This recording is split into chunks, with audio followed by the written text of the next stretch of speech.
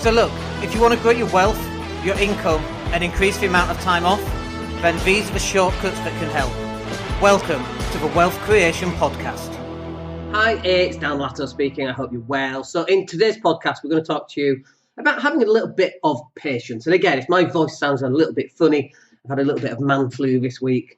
And I've actually come all the way through it in about 3 or 4 days, which is amazing. But I am fasting right now, and I think that's probably had some positive effect on that. But in this podcast specifically, we're going to talk to you about having a little bit of patience. Because, look, nothing's going to work straight away. Nothing. I don't know anything that does work straight away. You develop a new skill, you don't go on a weekend training course and now suddenly you're an expert in taekwondo or some other random thing.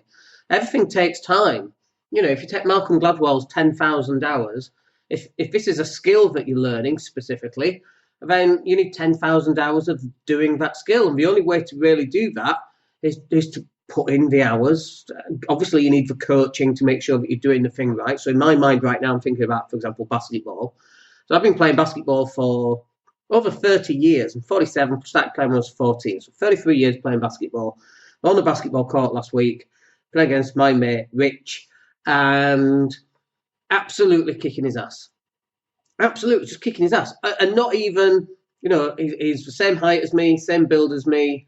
And I'm on the 3-point line, I'm jacking threes, I'm falling out of bounds, I'm taking one-legged 3-point shots, falling backwards, I'm hitting everything.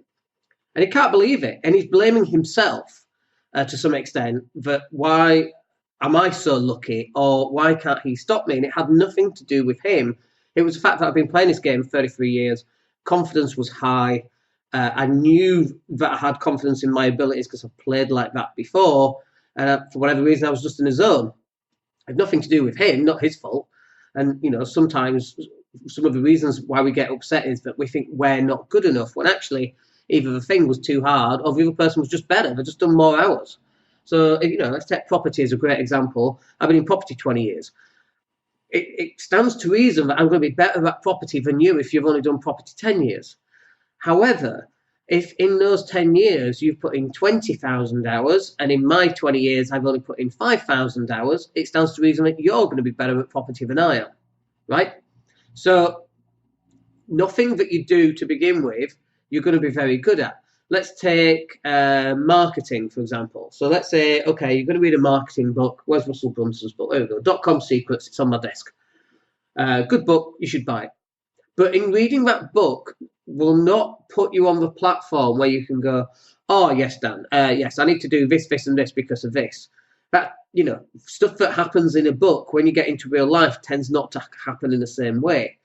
But if you implement everything that you learned from that book and come back 3 or 4 years later, 5 years later, 6 years later, then there's a good chance that you'll have a good grasp of what's going on. And so what happens is, this is what happens in a digital marketing company, for example. We take on a client, and that client has a friend who knows a bit about digital marketing and comes out and says that we're doing it wrong. And we're like, dude, how many images have you published in the last month, compared to ours? How many videos have you published? How many website visitors have you generated for the client in the last month? And most people haven't got a clue, you see. They've read a book, they've read 2 books, they've read 3 books, but they haven't got the knowledge needed because they've not got the 10,000 hours. And reading for 10,000 hours is not the same as doing for 10,000 hours. And it all comes back to, you've got to put in the effort. Oh, well, Dan, I tried some networking events. Great. How many did you do? 3. Okay. How did it go? Oh, not good. Networking events don't work. How many people do you speak to? Oh, about 12. Okay, so that's okay, I guess. 4 people per event. It's a start. How many people at each event? 50 each one.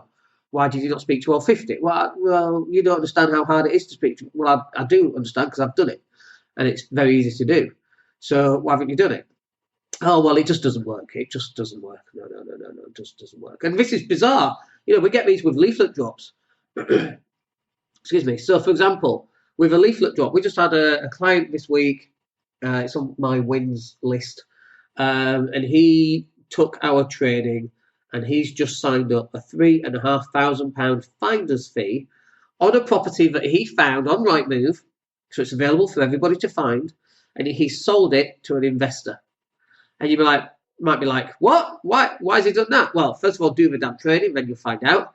Second of all, he's put the time in, he's put the effort in. He was making some mistakes, but he kept putting the effort in regardless of those mistakes. And when he made those mistakes and didn't get the results, he corrected the mistakes and kept on going till he got those results. Now, he didn't necessarily put in 10,000 hours, and there might be a little bit of, you always get your first one easy. That's the universe kind of giving you a bit of confidence to go for it, right? And then probably won't get his next one for a bit. It's just the universe. It gives and then it takes away. That's just the way it goes.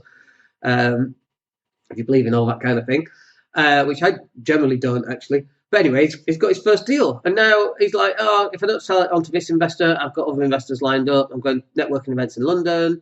And it's awesome. And he's up and he's off, right? But, the first couple of times he did this, it didn't work for him. But it didn't, stop working and stop putting in the effort. He kept going and going and going. And this is what successful people do differently than people who are not successful. Successful people keep going until they get the result they want. People who are unsuccessful keep on going until they get fed up of doing it because they're not getting results.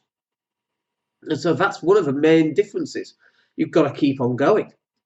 Because generally, nothing happens first time. Nothing works first time. Heck, nothing works for 10th or the 20th or the 50th or the 100th time.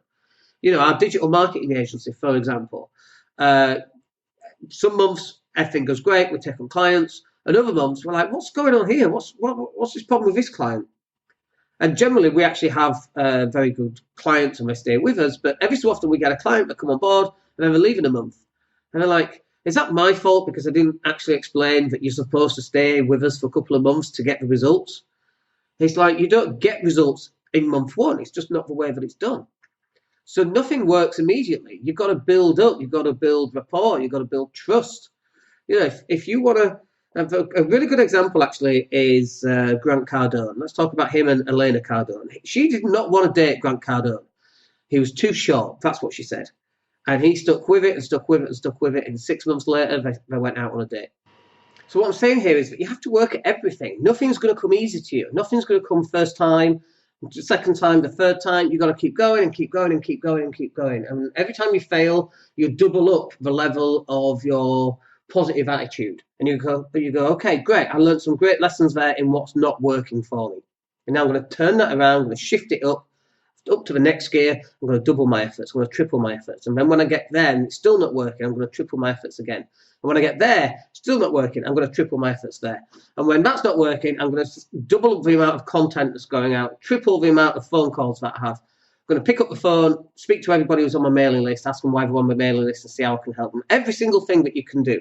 Most people don't even get to that stage. They just give up far, far too early because nothing works immediately. Got to have patience. And having patience is only part of it. The other part of it is analysis of what's not working, working out what your resources, what resources you need, what skills you need, what gaps you've got, and then you need to start plugging them. I speak to clients and they go, we're driving traffic, we're getting them on the phone, but we're not closing business. It's like, okay, that's a sales problem then. It's fairly obvious. If you weren't driving traffic to the website, then it would be a traffic problem. But you are driving to a website and they're actually filling in the form, but you're messing it up on a phone call. It's simply a sales issue.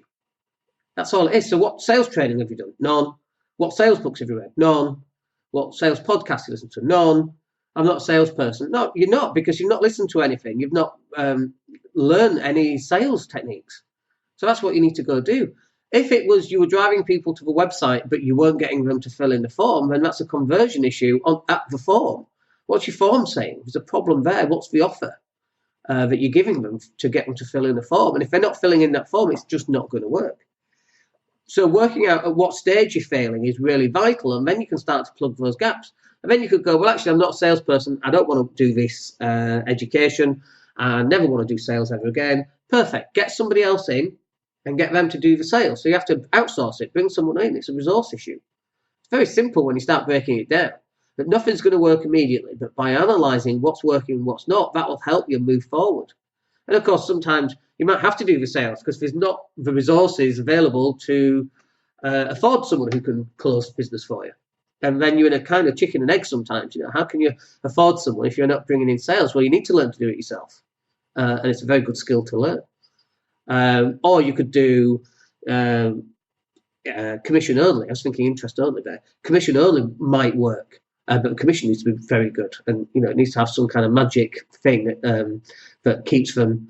If it's like 20 quid commission and 0 base rate, like no one's going to do that, But if you give them 10% and it's a subscription service of 500 quid, 50 quid a month, and we're bringing on 10 people a month, well, there's 500 in the first month, 1,000 in the second month, 1,500 in the third month, and so on. That's, within 6 months, I can be doing £3,000 a month residual, which is really nice as a salesperson. But nothing works immediately. When you bring on that salesperson, guess what? That's not going to work immediately. You're going to call up your clients. They don't know who the heck they are. They don't even know who you are, let alone the fact that you've got someone calling on your behalf. They don't even know who you are. When I worked for a company up in Leeds, and I was hitting the phones, cold calling other companies, for a computer company I was working for, sales, they had no idea who I was. And then I got a job at Dell, and I'd call IT directors. Guess what? The call went through. It's because everybody knew who Dell was. There's a Dell PC sat on my desk right now, actually. So nothing works first time. Everything's going to take time to get right, to build it into your systems, to build it into your business. So don't fret about it. Just get to work and keep working, give it a chance, plant the seed and allow it to grow. And eventually you get to where you want to get to. All right, I hope that's useful for you. I'll catch up with you in the next podcast. Take care. Hey, it's Dan here. Thank you for listening. Really appreciate each and every one of you. Please click like or subscribe to the entire podcast.